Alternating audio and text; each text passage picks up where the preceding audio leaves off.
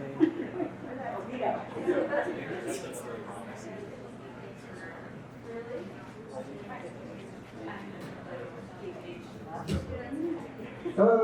welcome everybody. My name is John Duda. I am one of the worker owners here at Red Emma's. Is anybody here for the first time? Welcome. Welcome. So, a little bit about us. We are a bookstore, a radical bookstore, a coffee shop, a vegan restaurant, an event space, an organizing platform. We're also a worker cooperative. We're celebrating our 20th anniversary this year, which we're really happy about.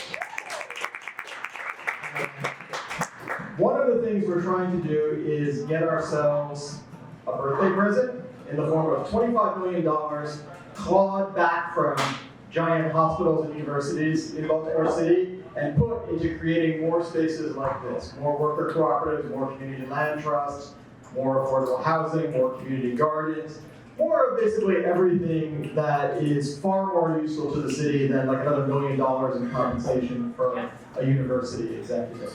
So, to that end, I have a favor to ask you before we get started with tonight's event. We are part of the With Us For Us Coalition. Has anybody heard of the With Us For Us Coalition? Okay, so we have a lot of work to do.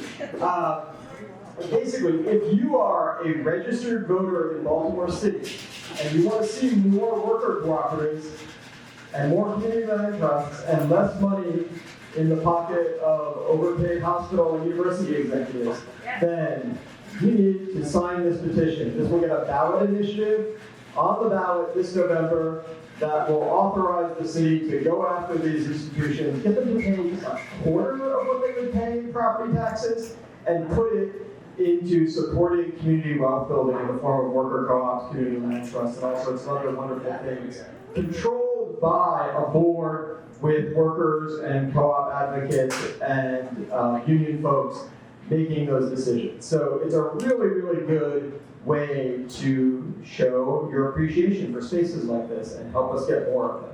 So I'm going to get these petitions going around. Again, only sign this if you are a registered voter in Baltimore City. And if you have any questions about this or you want to find out how to get involved, you can come see me after the talk. Okay, the talk, which is what you're all here for. We are very excited tonight to be welcoming Leah Hunt-Hendrix and Astra Taylor to talk about their new book, Solidarity. This is a really exciting talk because I think for myself, for other people in the project, we've known both Astra and Leah for a long time.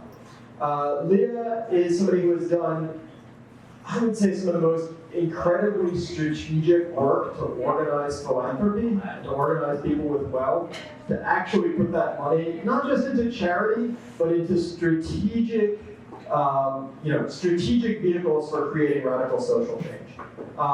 So she's a co-founder of Solidaire, which is an incredible project that was organized to get donors and young people with wealth thinking about how they could actually take that money and put it into funding all sorts of really exciting projects that would advance a left agenda that would not get funding from traditional sources.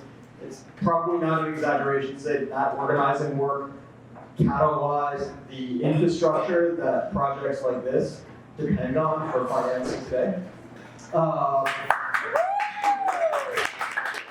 She's also responsible for co-founding Way to Win, which is kind of doing the same thing but thinking about electoral politics. A lot of money gets spent on electoral politics. What if that money was spent in a way that actually built power on the ground, rather than, I don't know, buying TV ads on a Fox affiliate? So again, incredibly strategic, incredibly important work to build radical infrastructure and resourcing. We're thrilled to have her here. We're thrilled to have her talking about this book, Solidarity, which she co-wrote with Astra Taylor, who is the co-founder of the Debt Collective, which is an amazing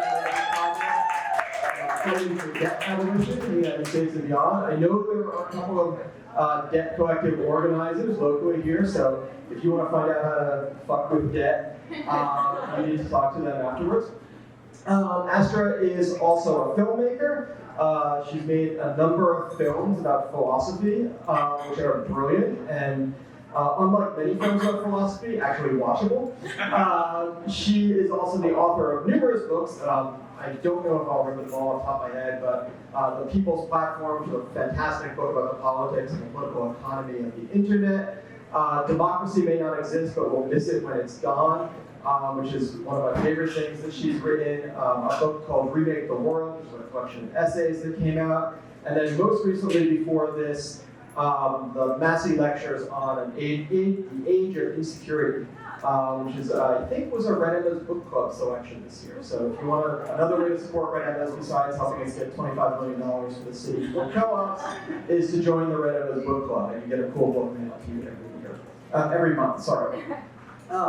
With us tonight also to help steward, shepherd, guide, catalyze what's going to be a great conversation is Red Emma's worker and co-founder, Kate Khatib,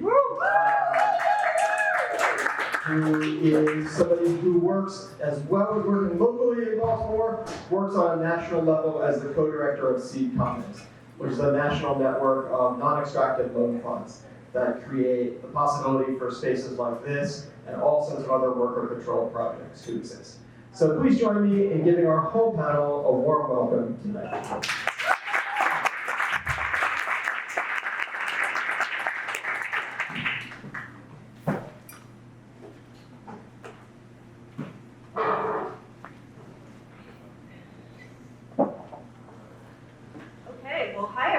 Thank you so much for coming out tonight.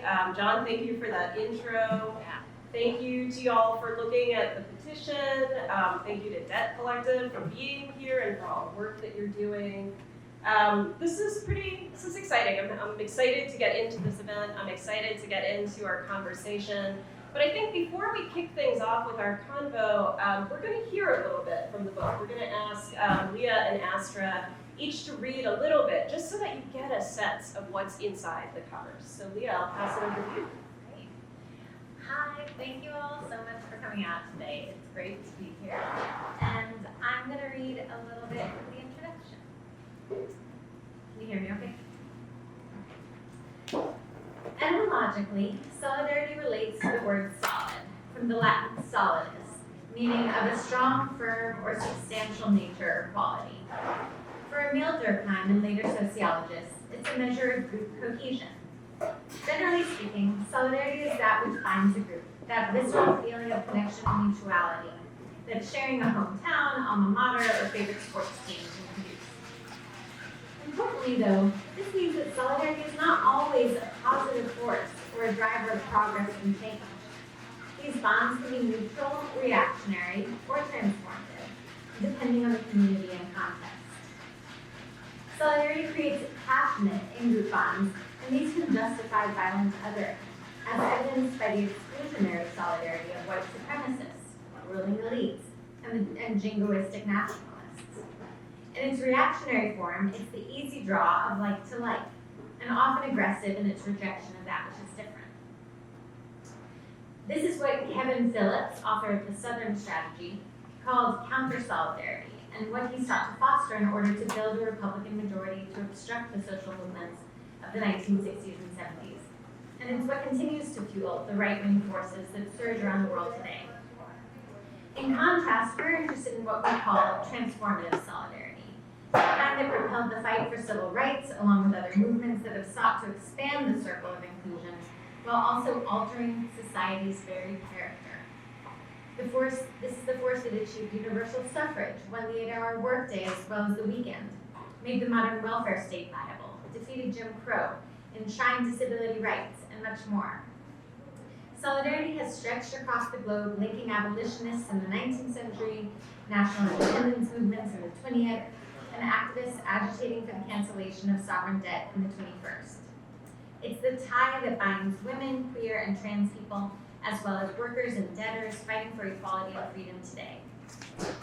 Transformative solidarity is both a means and an end. It's the process of struggling together and a way of describing a kind of society that is more just and mutualistic.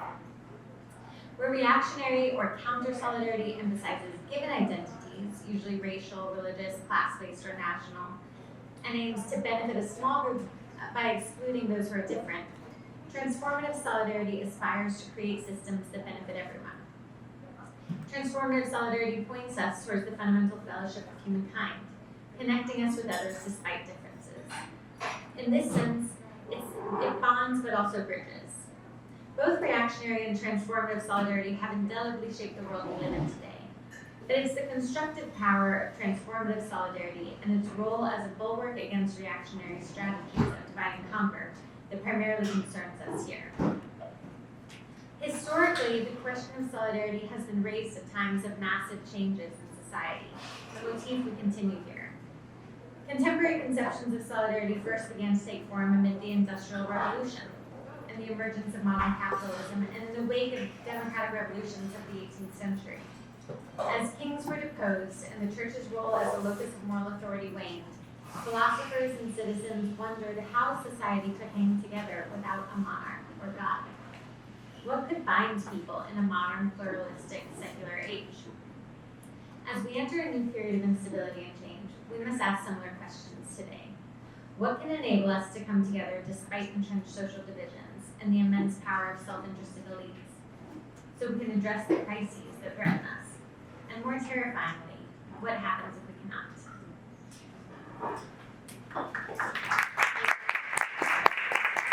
Cool.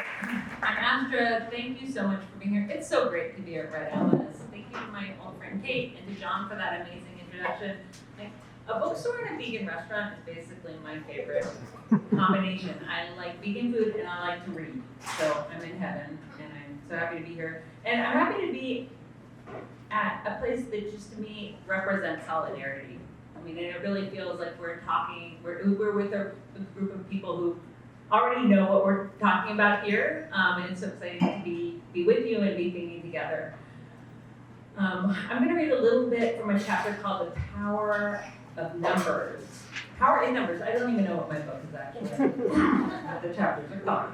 I found it, yeah. And this is a chapter that's about organizing, really, and the idea that there is power in numbers, but there's power in organized numbers, right? And that's the difference.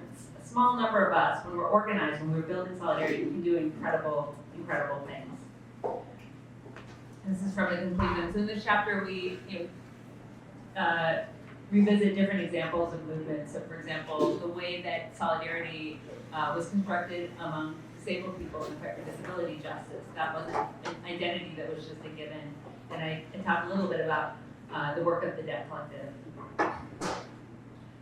Real organizing is a kind of alchemy. It's a process that turns alienation into connection, despair into dedication, and oppression into strength.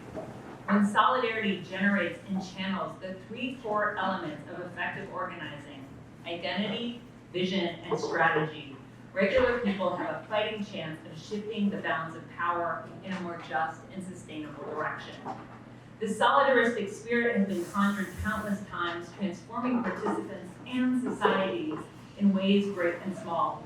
It was on display when, in 1847, the displaced and dispossessed Choctaw people sent what little money they possessed to help the long colonized Irish at the height of the potato famine.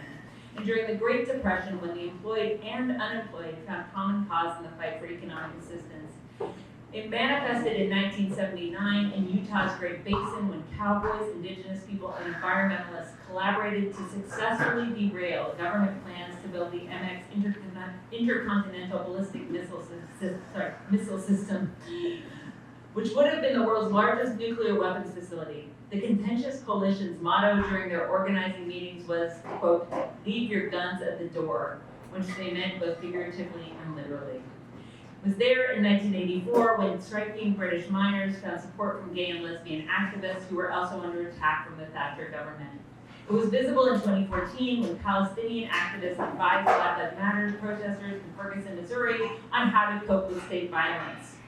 It appeared again in 2020 when unionized transit workers in New York and Minneapolis refused to allow cops to commandeer public buses to transport people arrested protesting police brutality to local precincts. It materialized in 2021 when farmers across India mobilized a 250 million person general strike against livelihood-destroying legislation. And in 2022 in Iran, when men joined the massive pro-democracy protests, women started after the death of the 22-year-old Mahsa Amini at the hands of the morality police. Again and again, people build solidarity and leave the world a better place, and yet we still struggle to tell these inherently collective stories. Too often, the tale of us gets whittled down into a tale of an I, a story about a visionary liberator or savior who changed the world. We learn about and celebrate incredible people, think Rosa Parks, Nelson Mandela, Harvey Milk, and so on, but hear comparatively little about the organizing communities that shaped and supported them, or the collectivities that they tried to build to carry social change work forward.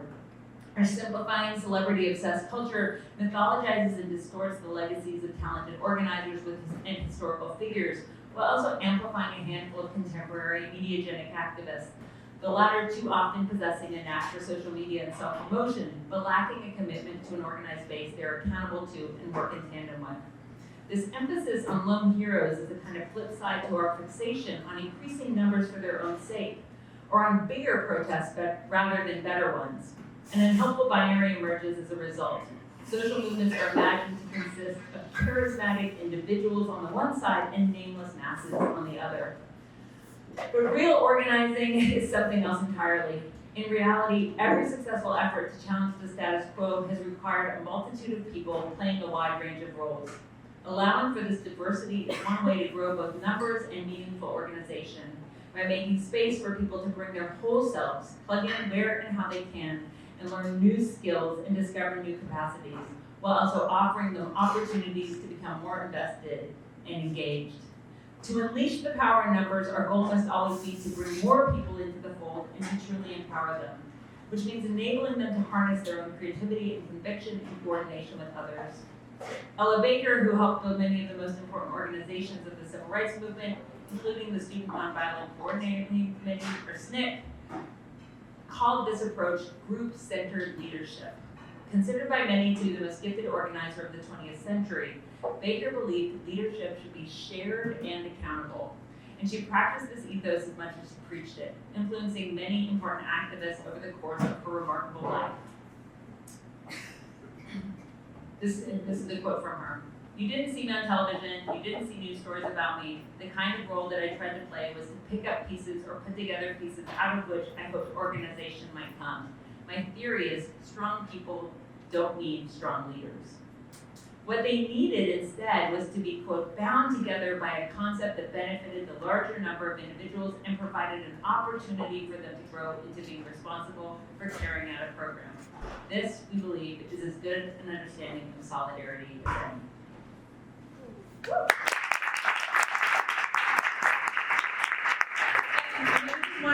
We hadn't read that piece a lot before, but it spoke to Red Emma's to us, and the idea of what a worker cooperative is and the work that you're trying to do and to multiply across the country, which is just really important, valuable work, and we have so much respect for it. Thank you. I love actually that you ended with that section on Ella Baker. Because Ella Baker is someone who, obviously is important in revolutionary movements and in civil rights organizing across the country. But we have a special relationship with Ella Baker in Baltimore, and someone who was really important in teaching Red Emma's about the concept of solidarity as an organizer here in Baltimore called, by the name of Betty Robinson. And Betty was somebody who was deeply, deeply grounded in the work of Ella Baker, and in fact led an organization here called the Ella Baker Organizing Committee. So I appreciate that. I appreciate that connection a lot. I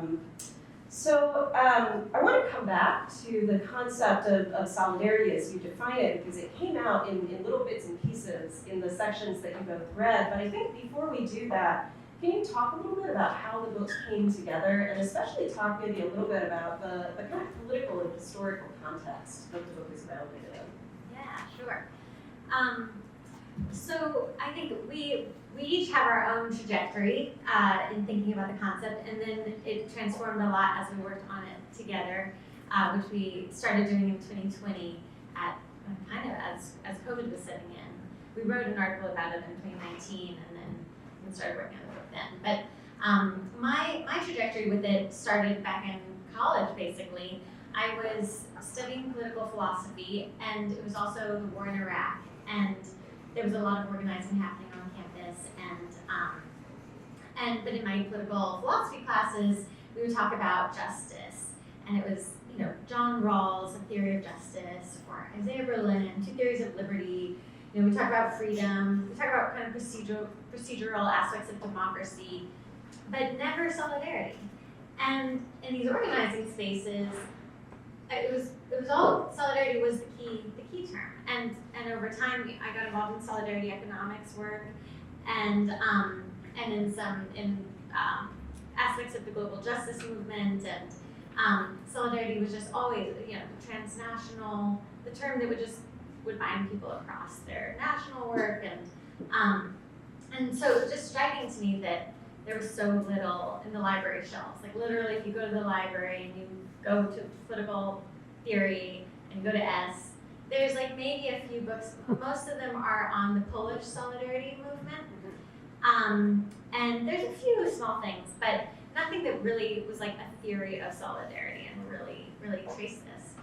And so I was digging around and actually found this article, small little article, that traces the concept back to ancient Rome, where it was a financial term of mutual indebtedness. There were solidarity debts, and obligatio and solidum. And so it was like, ooh, that blew my mind, because it just immediately you realize solidarity is a much deeper concept than, it's not like, let's just all get along better. It's about the very material ways that we are bound together. And then following the history, it just has this fascinating history, which we can talk about more. But that's when I called Astra and was like, Astra, because she was working on debt and building this union of debtors. And I was like, solidarity is actually about debt. And so that's when we decided we had to try to fill this gap. And because when you think about the French Revolution had a concept of liberty, equality, and fraternity, or an ancient political thought, Aristotle has the idea of to be a good citizen, you have to develop the virtue of friendship. In other political philosophy systems, there's relational concepts play a role, and that had sort of fallen out of American political thought. So the task of the book was to try to fill that gap, and so it's very wide-ranging from the history of the concept into contemporary social movements and into kind of where we're going. Yeah, I mean, I think it was a great phone call, because Leah was like, Astra, I need to tell you that, solidarity has this ancient history, and that it actually means a mutual indebtedness. And I was like, that needs to be a book, obviously. And Leah had done so much sort of spade work uncovering that. And, it's interesting, because there's this gap on the shelf that we got to fill. It sort of also felt like, well, it's incumbent on us to do a lot, to provide this intellectual history, to also offer a theory. I mean, because there was this sort of void, it was like, well, let's provide a constructive theory of solidarity and try to think this through. And then it's got elements of a sort of how-to guide, right? Sort of how do you actually organize, how do you build this power together? Because, I mean, I think intrinsic to the idea of solidarity that it's something that you should try to build. And yeah, I mean, as Leah said, we have our different trajectories. I definitely am steeped in political theory, and was sort of primed to see that there was a lack of attention to this from working on my book and my film about democracy. And solidarity is kind of a word that political philosophers will maybe put in at the end in the concluding paragraph or in the final section of their book, and it's like, well, hold on, this is actually really, really important. And I don't think I would have understood the importance if I hadn't been organizing for long, if I hadn't been in movements and trying to build those relationships and sort of learn firsthand just how important that is. So, one thing we're trying to do with this book too is just offer the kind of intellectual lessons that you can only glean through practice. And to show how much philosophizing actually doing stuff inspires. And if I can add one additional point, it was COVID, since you asked about the political moment that we were in, it was COVID, and so COVID was a moment where it was like suddenly we have this common enemy, this pathogen that's, threatening to kill us all. And you would have thought it would be a moment of solidarity, and then it wasn't. It was, a moment of real distancing, and then reaction. And Eric Kleinenberg writes that it should have been a moment when we said we need to physically distance and have social solidarity, but instead we did this social distancing. And so I think we realized solidarity, it doesn't just happen, it is always constructed. And there's something very empowering about that, because you realize you can participate in constructing it. And that takes work, but that is the work of organizing and kind of world building. Well, maybe let's dig in on that a little bit. I don't want to ruin the book, because I want y'all to buy the book and read the whole thing, but I wonder, can you talk a little bit about, like, what is the theory of solidarity that you're offering, right? So this is a history, it's a guidepost in some ways, but it's also an offering. So you want to dig into that a little bit? Yeah, I mean, so solidarity, and Leah's, when she read kind of gets at this, solidarity for us is not unity. Again, it's not just let's all get along and be nice to each other. So solidarity is the stuff between us, and it connects us across our differences.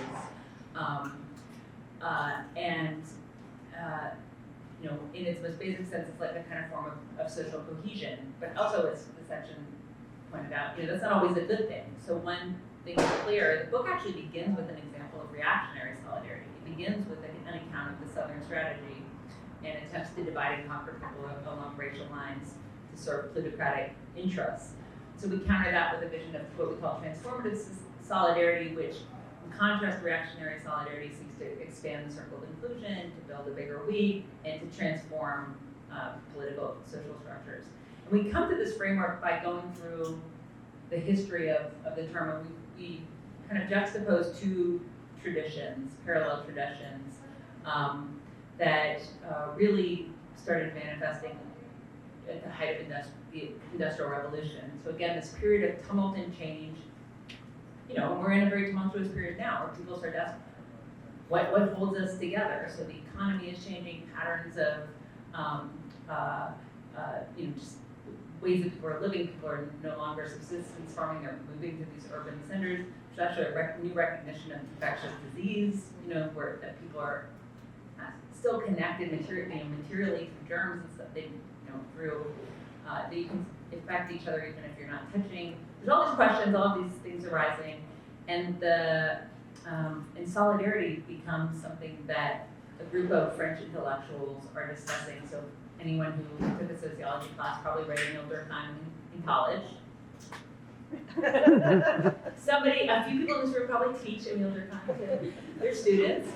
And Durkheim, was a critical thinker and offered really theorized solidarity as a force of cohesion, and kind of offered this idea that as there's the industrial division of labor, people are going to be more sort of economically interdependent, and that will create this kind of force that binds people despite all of the transformation afoot.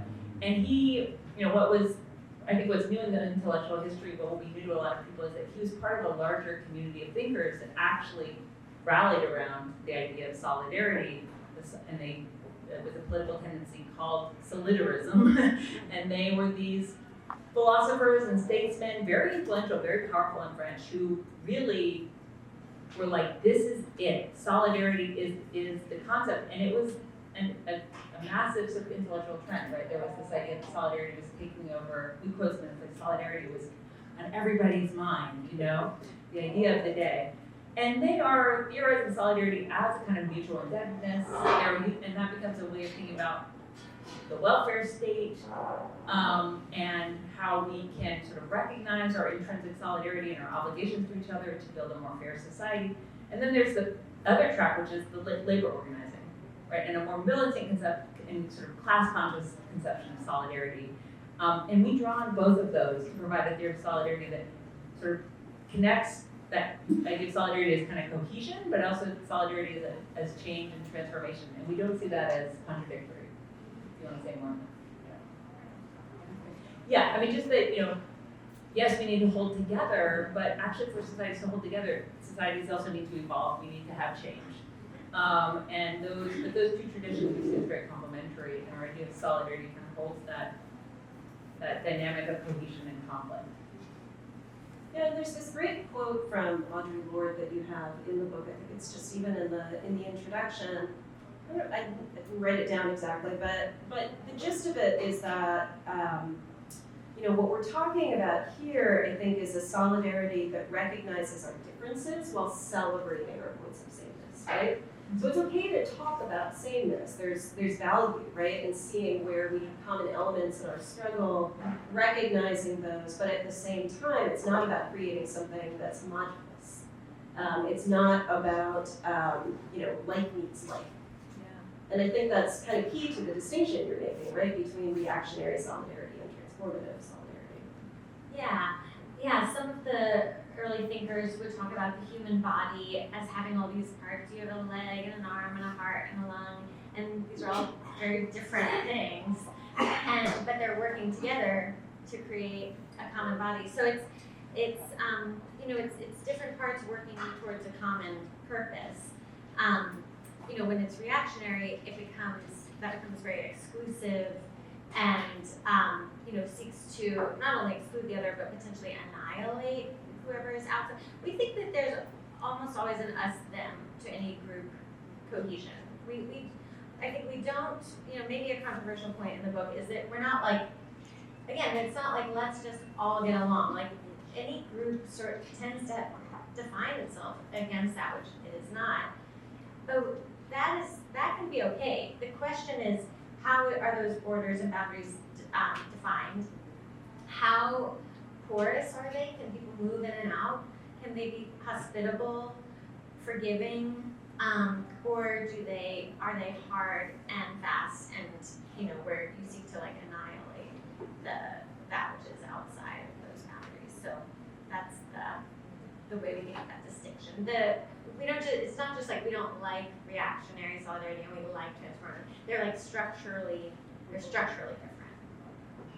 And I think the Lorde quote is that, I think as organizers, we believe that we need to build mass movements and we need as much power as possible and we need as many people as we can win to our side, and that ultimately, and that's sort of the point of that quote is we actually need each other despite our differences to win. And our differences can be a source of strength. I think we can celebrate our differences and our sameness, but let's get together and be strategic.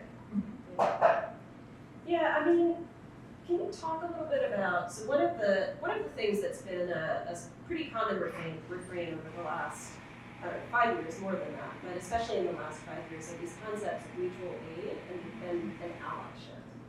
And I have a sense that what we're talking about here is solidarity differs pretty significantly from what we're talking about, when we're saying, oh, we need allies, or we're saying, especially in the wake in the COVID moment, the rise of COVID, this shift towards mutual aid.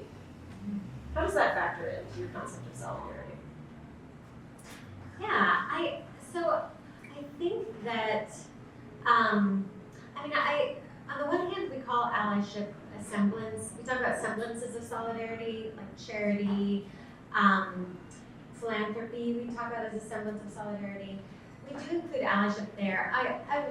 I think the difference, on the one hand, I want to defend allyship because I think in every social movement has had allies, and we think about John Brown in the struggle for abolition.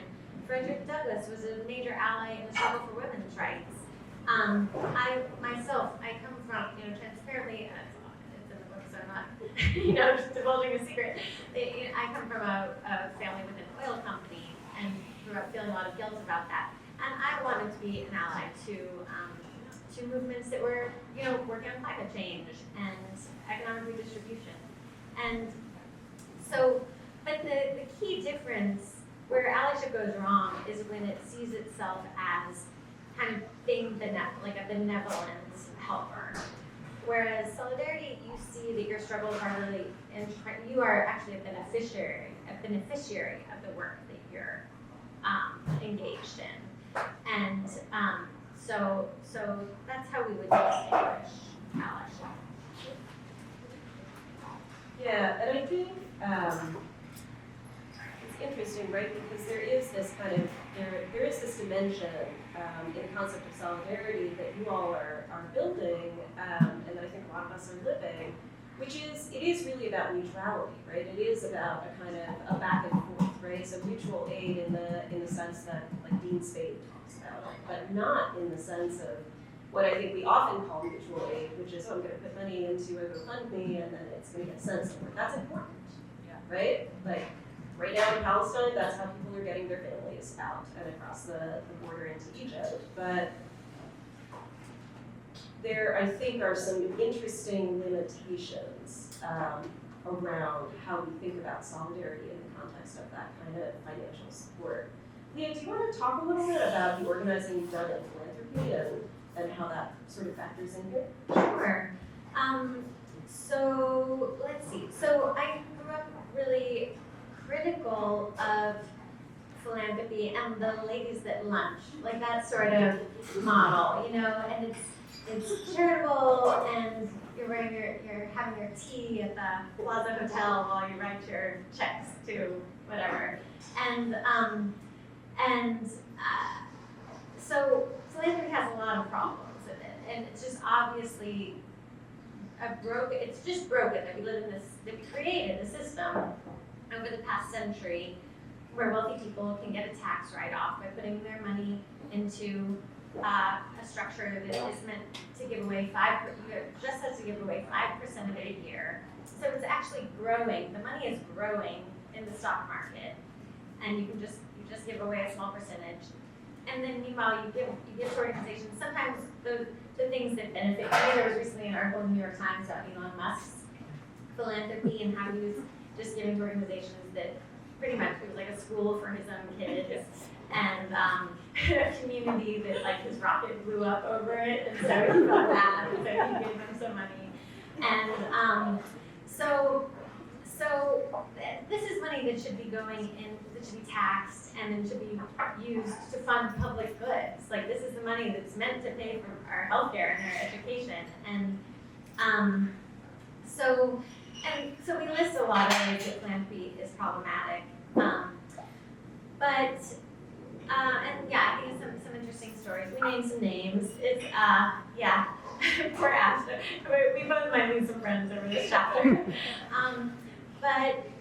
But the problem is, we critique till the end of time, but we still, like a lot of us work in nonprofits, and we still need to raise money. And so and the point of the book is to be constructive. This book is really trying to, there's so many critiques of what's wrong in the world right now, and we can all get depressed, but we want to be constructive. So we propose, how would the idea of solidarity have an impact on the field of philanthropy?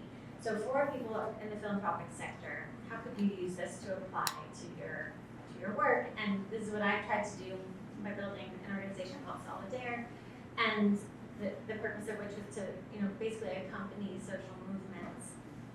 And part of that is part of that's just in like logistical, like fund at the pace of the movement, like be responsive, listen to what's going on rather than kind of coming in with your own strategy. Like don't dictate to your grantees what they need to do. But it's also about like getting to the roots of why we even have this problematic system, because this is all policy choices. So we can change the policies around the tax structure, around C3s and 501c3s, and the way, like what foundations need to pay out. So there's like an effort right now to increase the payout rate or to increase disclosure on donor advised funds. But then a step further, we need to really what philanthropy and solidarity would look like is trying to like end the need for philanthropy, which would mean real economic redistribution and addressing the roots of economic inequality. And this is something I've worked on. There are so many aspects of this, but rebuilding worker movements, which has been so exciting to see the reformation happen on the Teamsters and the UAW, and now they're like winning their contracts. And Starbucks workers just won the right to unionize, and then Astra's work around organizing debtors, like building debtors as a category that can collectively bargain, basically, and then on the other side, going right at the concentration of corporate power, restoring antitrust law, breaking up mega corporations, and so there are many other aspects to this, but yeah, that's what that's our thought. I really can't stress enough how important Leah's organizing in this space has been. It's been tremendous in changing the conversation around philanthropy in ways that I think are felt by all of us. So grateful to you for the work that you've done in this space. Let's talk a little bit. I want to talk a little bit about Debt Collective, and I want to talk a little bit about. I want to talk a little bit about the other side of the coin, right? So rather than organizing philanthropy, which controls wealth, organizing debtors, right, who are having wealth extracted from them. Can you talk a little bit about Debt Collective in this context? Yeah, again, I just want to say there's Debt Collective in the room and some strong Debt Collective welcome. So happy to be with my comrades. I mean, and I just want to echo what you just said about Leah's work. I mean, I know that the people in this room have been really heartened and impacted by many of the movements and causes and candidates that you and others have helped support. And this is why the chapter is like, in this moment of extreme inequality and this unjust concentration of wealth and power, we do need people to help subsidize militant, radical, experimental, imaginative, life-saving work. And so, Leah really, I think, has made some, it's hard not to use like the language of venture capital, but some like really brave early bets and things, including the Debt Collective, that have, been, I think, really important. I mean, it's a funny thing that Leah organizes donors, I organize debtors, right? So it's like people with wealth, people with negative wealth. We all have a role to play in changing the system. I mean, Debt Collective has its roots in Occupy Wall Street, and which was, obviously all about debt, because that's what the financial crisis of 2008 was. It was that these banks had pushed subprime mortgages on many communities here in Baltimore, right? They actually, there's New York Times piece that reported these mortgage brokers pushing ghetto loans on mud people is the language that they use. Even when people had good credit scores and deserved better terms, pushing subprime mortgages, then those mortgages are sliced and diced, they're rated AAA, they're crashes the economy, unemployment skyrockets, millions of people lose their homes and undergo their mortgages. So debt is there at Occupy, right? I mean, 3 years after the fact, we were a little late, but still, nevertheless. And the thing you could not miss at the park was that it wasn't just mortgage debt, right? People, we talked about it from day one. People couldn't pay their student loans. People had medical debt because they went to the doctor. They had credit card debt, often for healthcare related costs or for paying their rent. And in that, in the park, in Ducati and all of the other chemists, people started just naturally talking about this.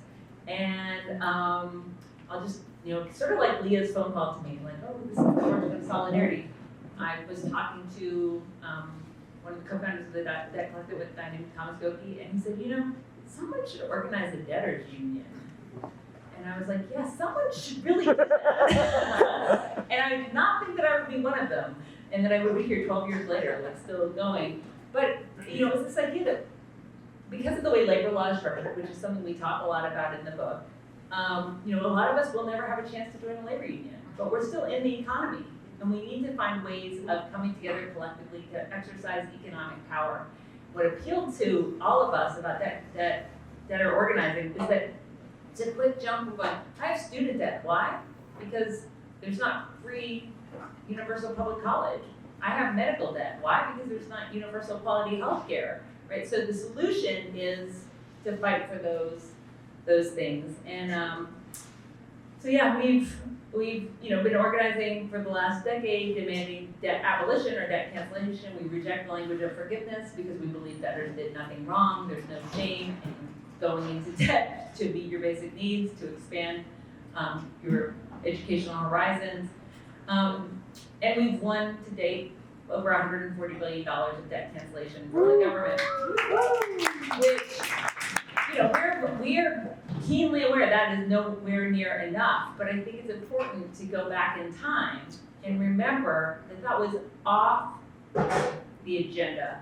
I mean, we will never forget the writers, we keep the articles, Reuters, NPR, mocking early demands for debt cancellation and literally saying, can you believe these silly activists, they think that government is gonna cancel student debt.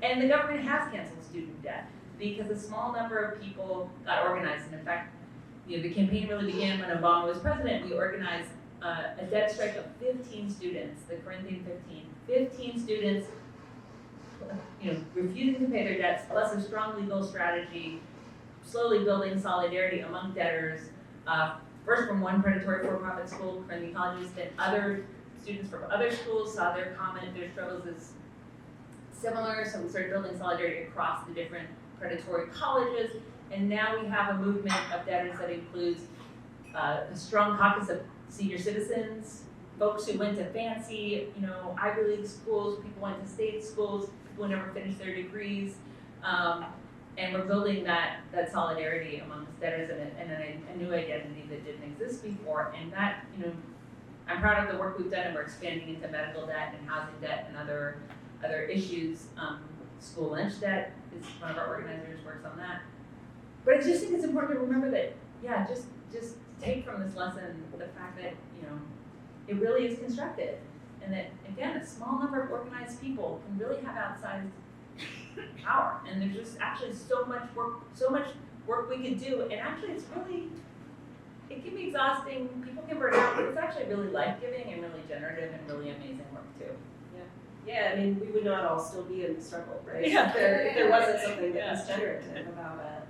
I think one of the things that's really amazing about Debt Collective and the work that has happened there is, debt's a hard thing to talk about, right? It's something that I think the world has told us we need to be ashamed of, right? Or we've learned that shame, and we've learned that it's not okay to talk about not being financially stable, and that it's something to be embarrassed about when so many of us are experiencing exactly that same instability, right? And one of the things about the way that capitalism has structured our world is that we're kept separate from each other, right? Capitalism thrives on loneliness and separation. And there is this kind of constant fight and this constant struggle to push back against that, right? To say, no, actually, we are stronger together, and we're gonna find ways to be together, and we're gonna find ways to work together, because, that is how we will thrive as human beings in the world. And then the world does everything it can to keep us apart from each other. We're running out of time. We have time maybe for me to ask you one more question, and then I want to open it up to everyone here, because I know folks came in with questions. There's so much in this book. I have like a million things that I didn't get to. So maybe I'm going to end just by kind of throwing it open to you.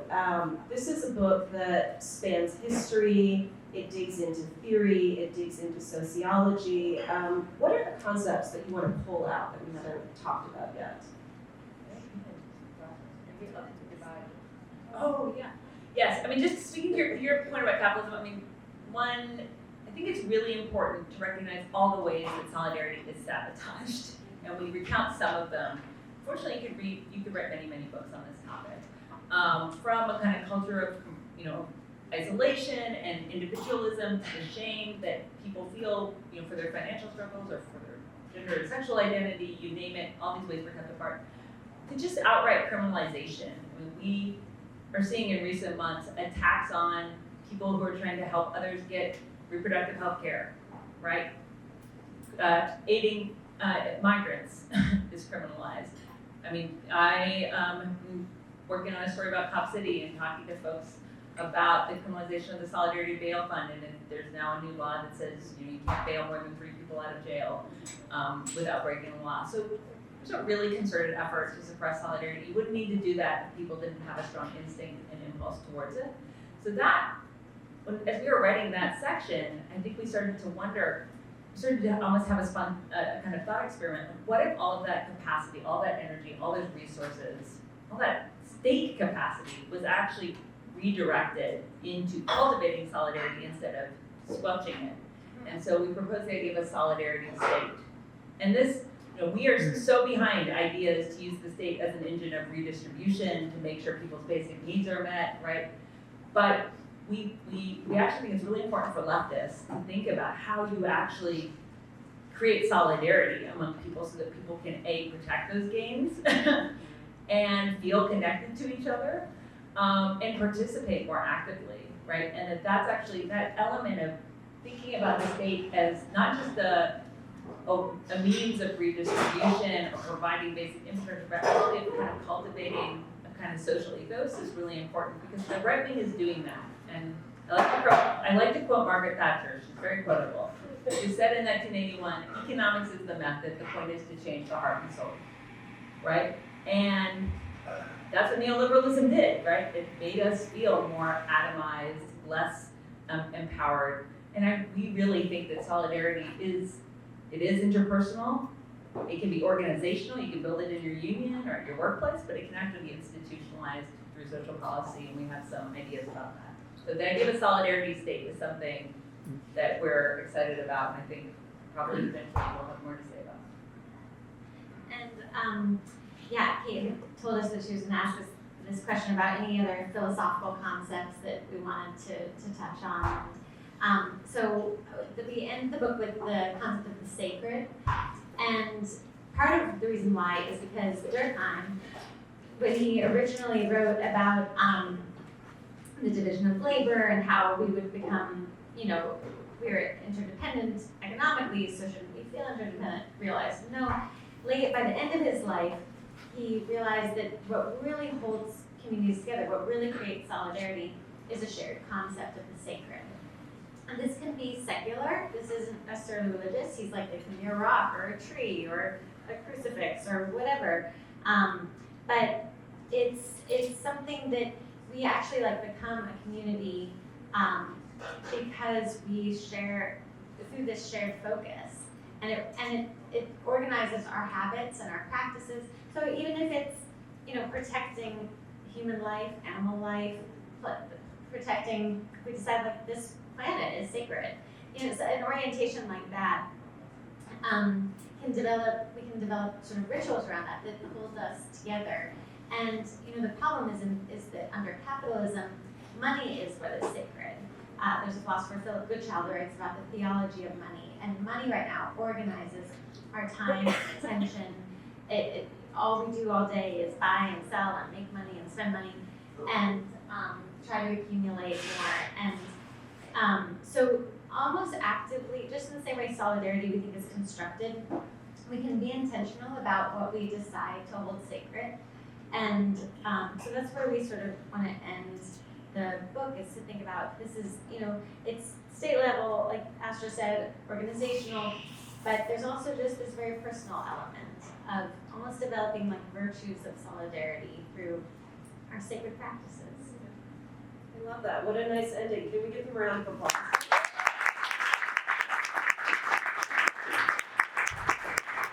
Thank you all so much. So we're going to take some questions from the audience. John here has got our wireless mic, and we'll come around to you. So I see one up here, I see Mike, and then in the back. One quick thing. It's not really a question, but Of course. We'd love to hear from you. so solidarity has been a guiding principle for most of my life. I kind of cut my teeth politically in Latin American solidarity movements, but I didn't understand, or I didn't totally get the emotional impact of solidarity until we were doing a Freddie Gray protest in Baltimore. and seeing protests pop up all over the place, and seeing people's attention on Baltimore and our struggles, I was asking myself if I was going to cry when sharing this, because I was so moved on the streets in Baltimore, seeing in the news that other people were caring about what was going on here. Because Baltimore, it's a medium-sized city, but it's not the center of anything. It's a pretty humble city, one of the things I love about it. But after practicing so much solidarity, I never kind of felt its gaze. And I'm still so moved by it. That's it. You make me cry too. There was also this amazing solidarity message from organizers in Palestine that came to Baltimore that I think has been present for a lot of us in our current organizing. Thank you for sharing that, and I just want that. This is why I think those of us who get to experience social movements keep being involved, because it's so powerful to watch, to experience that, or to watch solidarity grow in a room where it really didn't exist before. And as leftists, we can't just organize around statistics or economics. We have to connect with our emotions, and it's such a powerful force. So thank you. Hi, I'm totally convinced by the thesis that solidarity, not allyship, is the answer. Usually, accountable to one another, and our interests are bound up in each other's struggles. But I was really struck by the vivid example you gave of the state thwarting burgeoning solidarity, specifically in Atlanta around this bail fund. And it made me think about how one of the most successful tactics in the labor movement, solidarity strikes, where workers across industries, across workplaces join together in mutual struggle, has literally been outlawed because it's so successful. So what's the relationship between solidarity and power, and how do we overcome these forces that want to dissipate our solidarity? Go for it. Well, I think on the one hand, it's when we realize that these are tactics that are being used to divide us, because we're threatening the status quo, it should encourage us to fight all that much harder. So another, I feel like the attacks recently on wokeism and which are trying to sort of shame people away from their anti-racist work, should encourage people to hang in all the more. And solidarity is then, I think, the appropriate response. But I do think you're right, it's more, it then requires building power to actually to overcome these laws. But I think in each individual case, it would be a different strategy, but I've been encouraged by, it's complicated, but the history of the past 10 years of social movements beginning to electoralize and try to elect champions at the local level up through the national level. I think is, we do have to wield the power of the state to try to overturn in some ways the things that have, to change labor law. Right now the NLRB is under attack through all these lawsuits by SpaceX and Amazon. They're trying to make the NLRB unconstitutional. So how do we fight back? I don't know. We need lawyers to get into the fight with us. We need, it's using all the tactics and tools we have. But I think recognizing these are policy choices to divide us, and we need we can overcome them rather than sort of be succumbing to them. And the goal is to become, sort of powerful and organized enough that you can break unjust laws, right? But that is, sympathy strikes are outlawed precisely because they're so powerful. But there are also workers who are effectively unionizing without seeking formal recognition where it's appropriate. I think that again is part of the appeal. Why we're trying to build the debt collective is there aren't laws regulating debtor organizing yet, and so we just have to keep building power in at any strategic point that we can, and we need to be more woke. So I have two questions. Appreciate you guys' work. It's really good to see you. So the first question is, could you talk a bit about the cover? You know, my girlfriend Tracy, she actually dropped what the cover meant, and I hadn't really thought about it until I saw it. Can you talk about if there are other instances of kind of bio-present solidarity like that? That's the first question.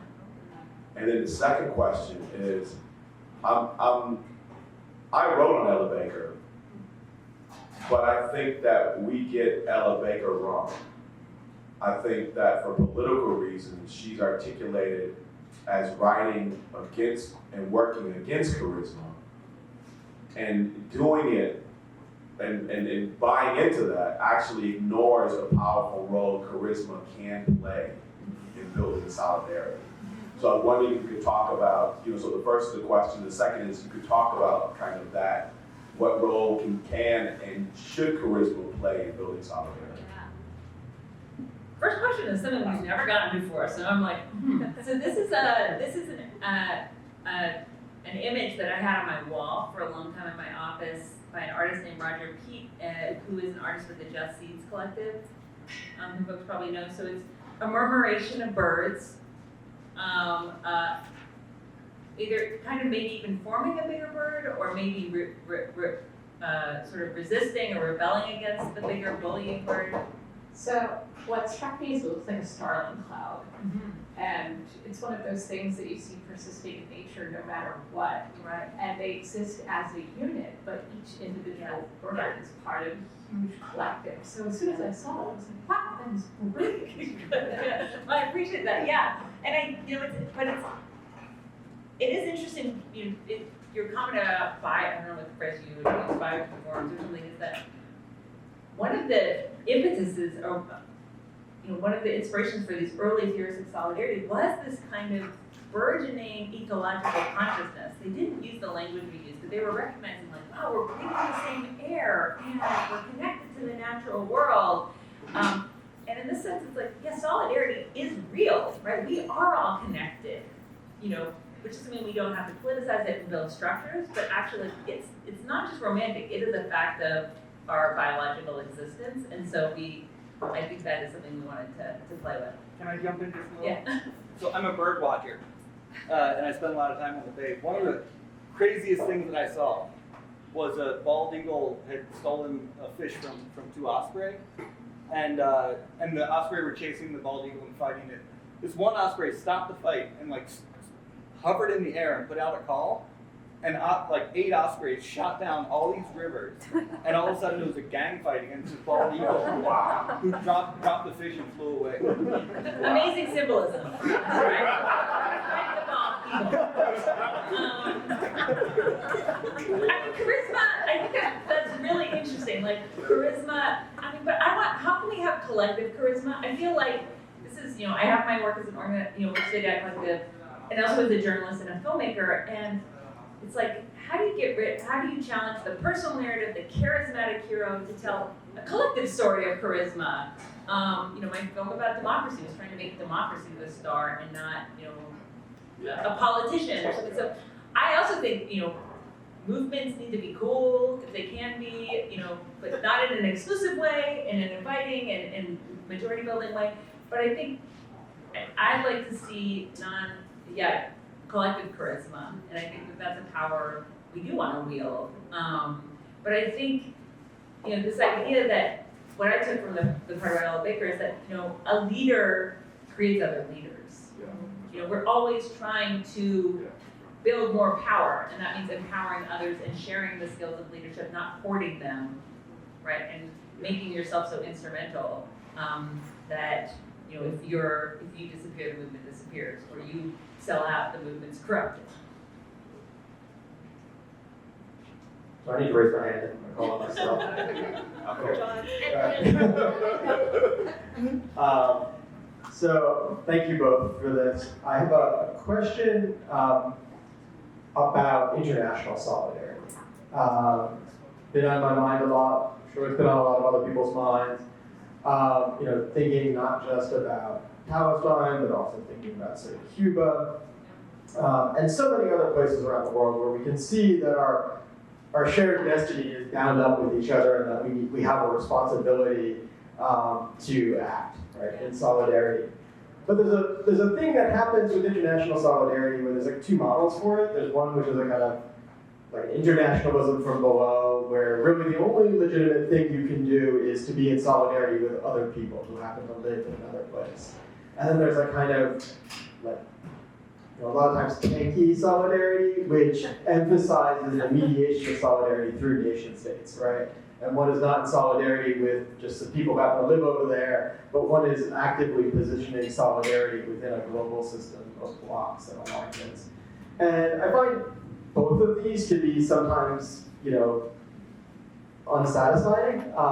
And so I'm curious in your thinking through the problem of solidarity, if you have any insights around how we should approach the question of international solidarity. So we have a chapter that starts to touch on this, and I think international solidarity is really hard because solidarity is so much about relationships, like real relationships with people.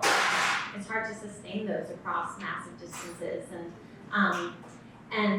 but it's doable. It sounds like you've done it.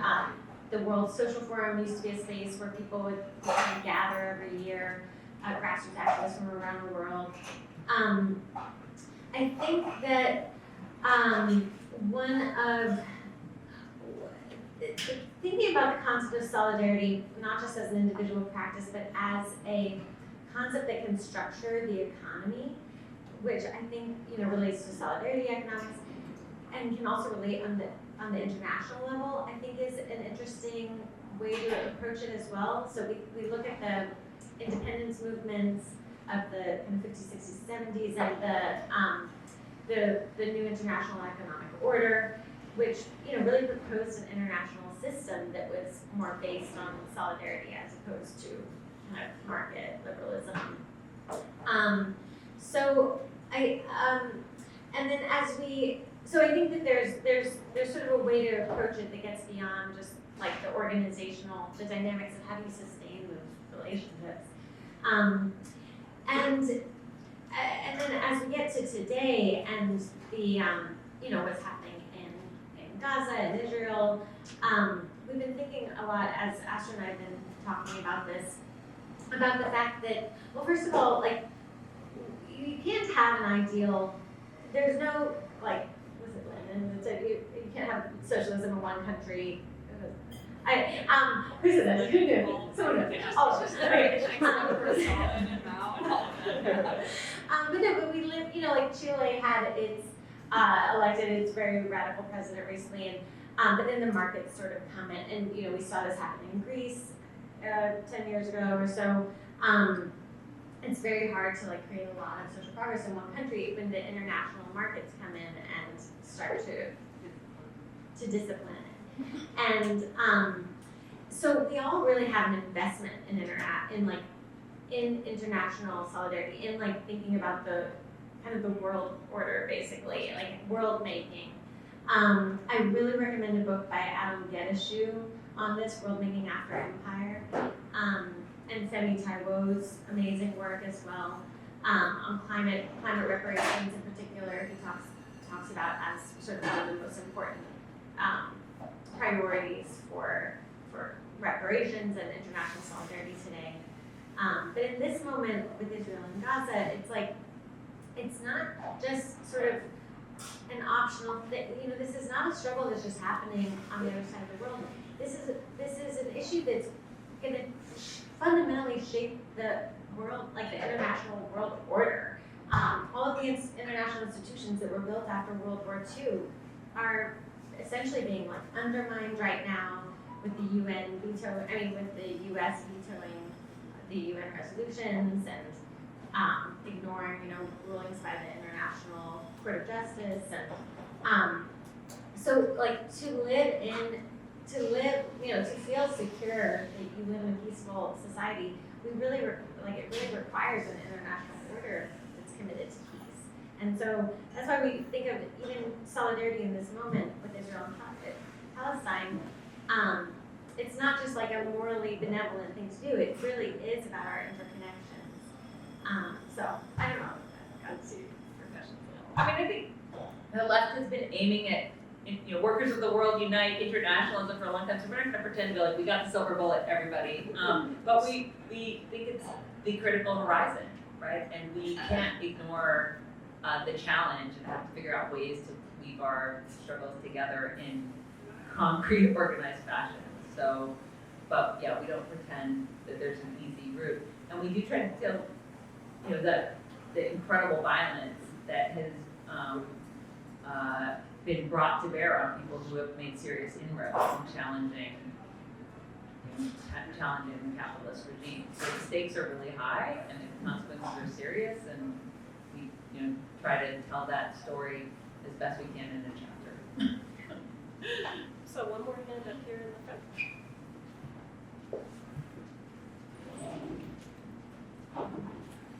front. Thank you. Yeah, I guess I'm still trying to wrap my head around sort of the class analysis of this book. And yeah, obviously I haven't read it, but when you use examples like the Southern strategy and this kind of dichotomy between reactionary solidarity versus, what did you call it? Transformative, thank you, solidarity. I'm wondering, like, it sounds a little bit like comparing kind of AstroTurf movements, like the Tea Party and these organizations where like they have big money and they come in and they try to like kick up support and make it look like a real social movement when it's really like being carried out in the interests of like the richest, most reactionary sectors of the bourgeoisie, versus kind of popular movements that maybe don't have a class analysis, right? We have these popular movements like the Populist Party in like the 1880s, right? Or even Occupy, right? That had a bit of a class analysis, but where that goes is I don't know, unclear. Like versus, or even the Communist Party organizing in the 30s that like was able to organize like huge amounts of labor organizing, but then kind of curtails it into the Democratic Party. So I don't know, not to ramble, I'm just trying to think through kind of how do you analyze kind of top-down or examples of solidarity that has been funded by the sections of the capitalist class versus like organic organizing that may or may not have a real revolutionary class basis. So I don't think the distinction is always between like top-down or AstroTurf and organic or not. Because I think, but I think the distinction has to do with whether the kind of solidarity being built is, ultimately benefiting an elite and advancing a kind of aiding the capitalist project of divide and conquer, or if it is more expansive than that. So but we do talk a lot about, I guess what I'm trying to say is like, looking back at the Tea Party, it wasn't as AstroTurf as some of us on the left wanted it to be, is what I'm getting at. But but there, I don't know, I think that was the thing, like hundreds of thousands of people showed up to the tax protests and we wanted them to all be like fake or paid protesters, but people were really mobilized by that.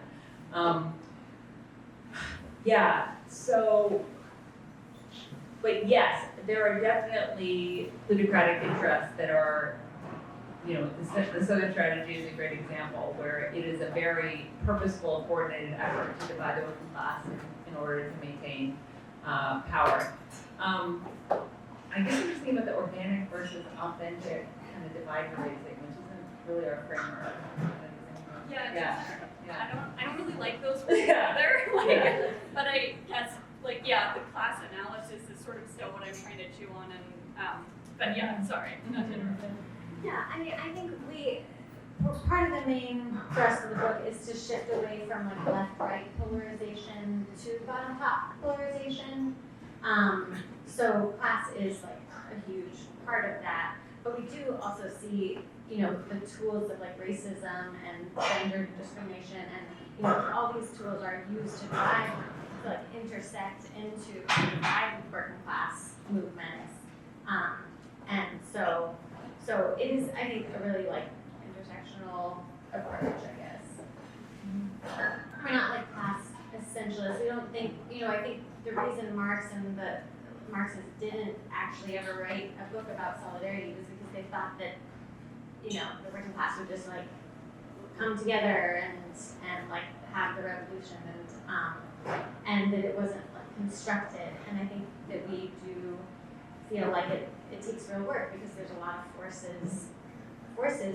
People have different identities, so many different identities kind of pulling them in different directions, and if we can use that to build solidarities around people's different identities, not only their class identity, and also then bring in class, you know, allies from other classes potentially as well.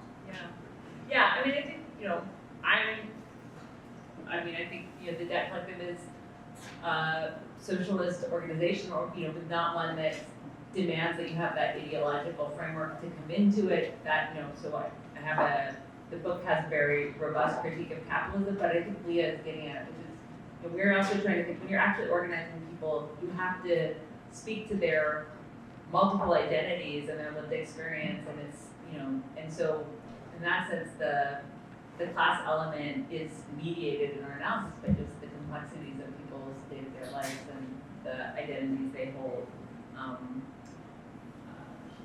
Anyway, interesting question. So essentially, if we want to build a mass revolutionary movement of the working class, it has to be one that provides inroads in, right? It can't be a purely exclusionary, right? Which is why Marx is, I have a whole thing about Marx that I was going to talk about, but I think it's sort of monkey wrenching, right? This notion of solidarity to talk about something that, again, is welcoming in rather than forcing out. And I think that's kind of a key component. And if, you know, if the economic conditions were enough to bring people together, we wouldn't need a book like this. We wouldn't need to organize it. It would be happening. And so, and that is, I think, we love Marx and love his analysis, but we do think that that's a space, a place where culture. And so actually, you know, in the beginning of the book, we say that it was actually a brush maker named Johann Becker, who was an associate of Marx, who was like a big proponent of the word solidarity. That was really key. So it's thanks to this guy lost in history that we're all sitting here talking about this word today. Well, on that note, thank you all so much.